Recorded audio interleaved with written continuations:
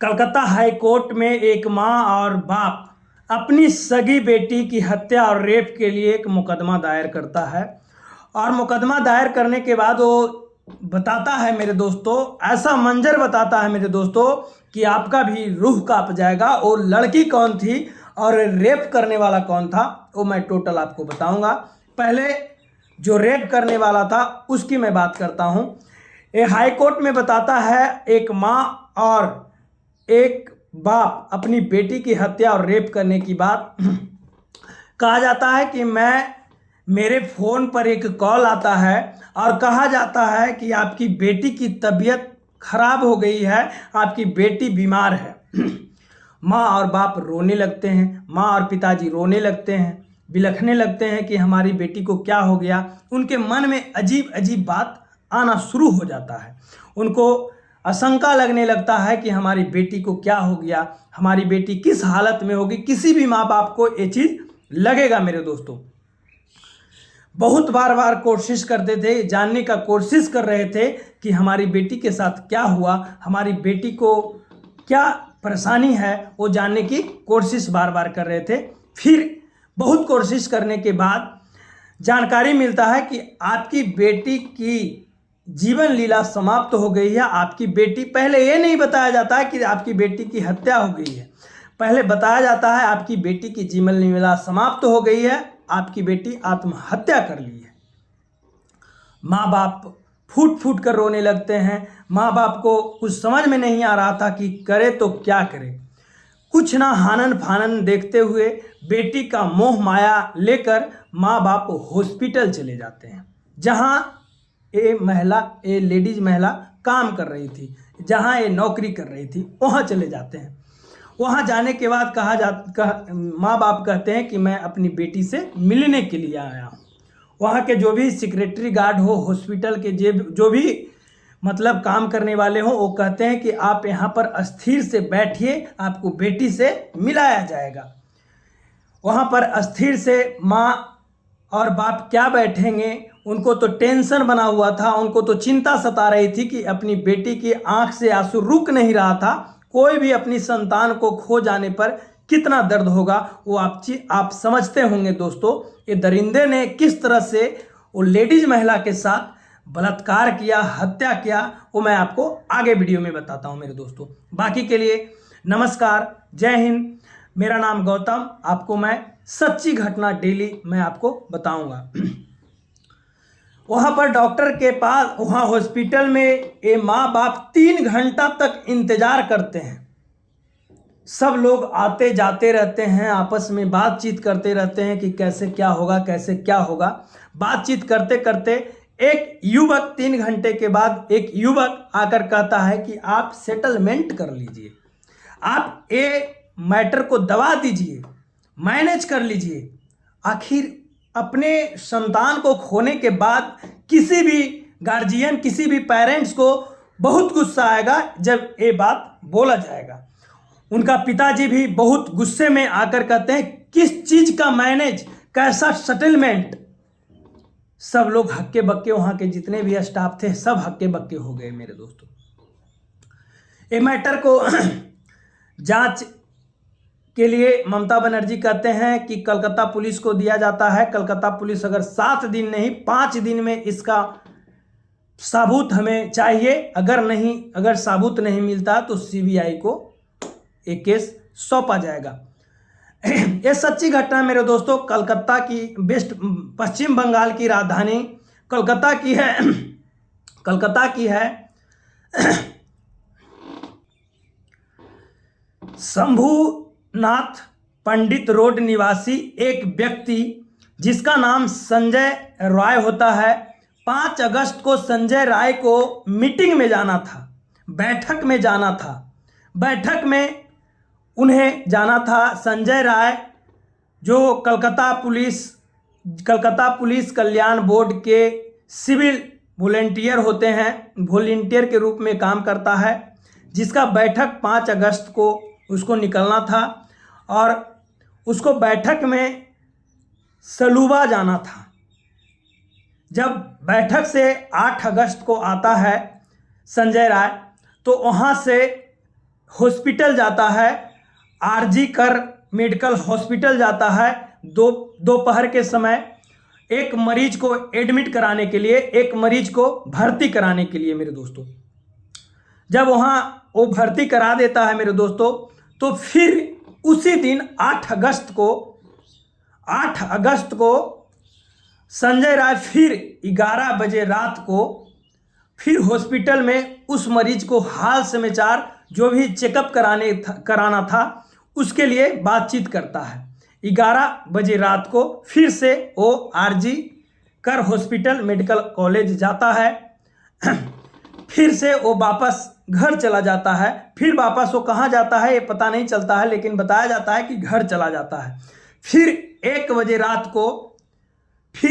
रात को आता है और फिर यही मरीज से वो मिलता है और दूसरे बिल्डिंग में, यही हॉस्पिटल में एक दूसरे बिल्डिंग में एक और मरीज है, उसको मदद करने के लिए वो 1:30 बजे चला जाता है मेरे दोस्तों। संजय राय वहाँ पर जाता है, उसकी मदद करने की बात करती है। उस दूसरे मरीज को कल ऑपरेशन होना था। संजय राय वहाँ तक सब ठीक ठाक चल रहा था मेरे दोस्तों।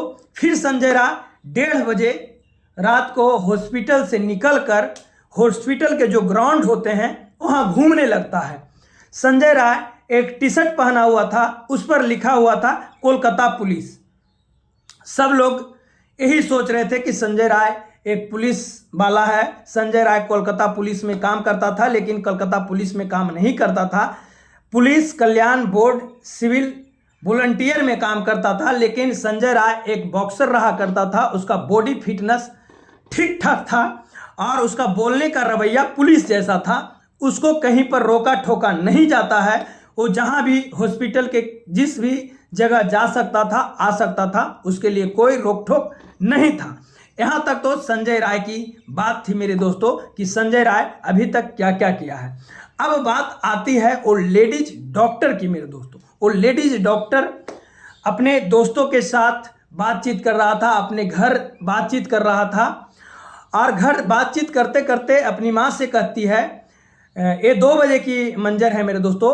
ये 2 बजे वो लेडीज डॉक्टर कहती है अपनी माँ को कि मैं मरीज को देख कर आता हूँ, मैं हॉस्पिटल में घूर कर आता हूँ, उसके बाद ठीक ढंग से आपसे बात करूँगा। माँ कहती है ठीक है, खाना खा लेना और उसके बाद हमें कॉल करना। ये 21 साल की लेडीज डॉक्टर अपने दोस्तों के साथ खाना खाती है और उसके बाद दोस्तों को कहकर आती है कि मैं शिविर में जाता हूँ, सो जाता हूँ, मैं बरामदे में जाता हूँ और आराम करता हूँ क्योंकि मुझे सवेरे उठना है। ये लेडी डॉक्टर जाकर आराम करने लगती है, सोने लगती है। अब ये एंट्री होता है संजय राय का। संजय राय घूमते घूमते उसी बरामदे में चला जाता है जहां पर लेडीज डॉक्टर सोई हुई रहती है। वो बरामदे में 2 बजे एंट्री करता है, 2-2:30 बजे एंट्री करता है और वहां से 45 मिनट के बाद संजय राय वहां से निकलता है।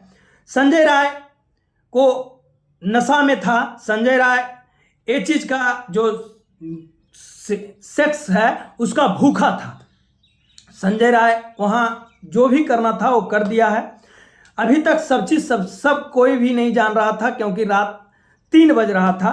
उसके बाद सवेरे कर्मचारी जब बरामदे में जाता है, उसका हॉल में जाता है, तो देखता है कि वो लेडीज डॉक्टर वहाँ पर उसका लाश मिलता है और तमाम जगह से उनका प्राइवेट पार्ट से उनका ब्लड निकल रहा था, उनका मुंह से ब्लड निकल रहा था, उनकी आंख से ब्लड निकल रहा था। ये जो कर्मचारी है, ये जो सफाई कर्मचारी है, वो कर्मचारी है जो देखकर हक्के बक्के हो जाते हैं और पीछे पैर खींच लेते हैं। उनको कुछ समझ में नहीं आ रहा था कि ये हॉस्पिटल में हुआ तो हुआ क्या। अभी तक कुछ नहीं किसी को पता था मेरे दोस्तों।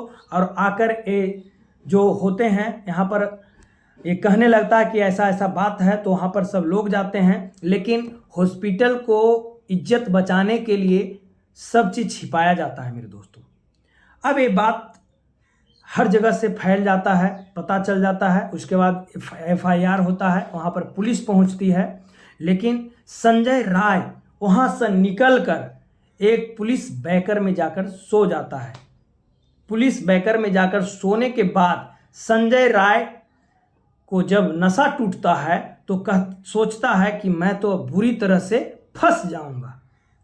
तो वहाँ से संजय राय क्या करता है कि अपना सबूत को मिटाना शुरू कर देता है। तो जब पुलिस संजय राय को CCTV कैमरा देखा गया तो पता चला कि एक युवक संजय राय वो लेडीज डॉक्टर जहाँ पर सोई हुई थी वहाँ से निकला है। तो संजय राय को बुलाया गया, लेकिन संजय राय कोई कितना भी क्यों ना छुपा ले मेरे दोस्तों, सच्चाई आखिर छुपता नहीं है। संजय राय का जो जूता था उस पर लेडीज डॉक्टर का जो ब्लड था वो जूते में लगा हुआ था, वो नहीं मिटा पाया था। और जहाँ पर लेडीज डॉक्टर का जो गलत हरकत किया गया था वहाँ से उसका एयरफोन बरामद हुआ। संजय एक एयरफोन वहाँ पर छोड़ गया था, गिर गया था, और वहाँ से मैच किया जाता है। तो पुलिस उसको अंडर में ले लेती है और वो ब्लड का निशान होता है, उससे संजय राय का पहचान किया जाता है कि ये संजय राय ही था। अब लेडीज को इस तरह से मेरे दोस्तों, जिस प्रकार से दरिंदे जैसे कोई भी मरा हुआ जानवर को चीख कर चील खाता है, उसी तरह से ये संजय राय उसे चीख झोल झोल कर खा रहा था। 45 मिनट तक संजय राय उस लेडीज डॉक्टर के साथ ऐसा किया कि और उसके बाद गला दबाकर मार दिया मेरे दोस्तों। फिर जांच होता है मेरे दोस्तों, तो पता चलता है कि संजय राय वो लेडीज डॉक्टर को गले पकड़कर माथा जो है सर दीवार में टकराता है, और लेडीज डॉक्टर चश्मा लगाई हुई रहती है, उसको आँख में वो कांच चला जाता है, मुंह में कांच चला जाता है, और उसको दाहिने या बाएं अंग को तोड़ दिया जाता है। उसको हर मतलब शरीर का पूरा शरीर उसको दर्द से कराह रहा था, वो दर्द भरा था, वो हर जगह उसका नाखून लगा हुआ था। मतलब जिस प्रकार से बलात्कार किया जाता है उस प्रकार से संजय उसके साथ, उस लेडीज डॉक्टर के साथ दरिंदगी भरी बलात्कार करता है मेरे दोस्तों। उसके बाद इस सोशल मीडिया पर इतना तेजी से वायरल होने लगता है, इतना तेजी से वायरल होने लगता है, सड़क पर डॉक्टर आ जाते हैं, और उसके बाद ये मुकदमा ऊपर तक चला जाता है, हाई कोर्ट तक मुकदमा चला जाता है मेरे दोस्तों। और उसके बाद क्या होता है, वो परिजन जब देखते हैं तो देखते हैं अर्धलंगा अपनी बेटी को देखकर वो परिजन को क्या होगा। कोई भी माँ और बाप अपने कोई भी बच्चा को अगर अर्धनंगा और मरा हुआ डेथ देखेगा तो पागल हो जाएगा मेरे दोस्तों। तो वो महिला को नर्द अंगा देखकर उसके गार्जियन फूट फूट कर रोने लगते हैं। बहुत दर्द भरी कहानी है मेरे दोस्तों। एक कहानी कलकत्ता की है। अब उस पर जांच हो रही है, CBI की जांच लगी है। देखते हैं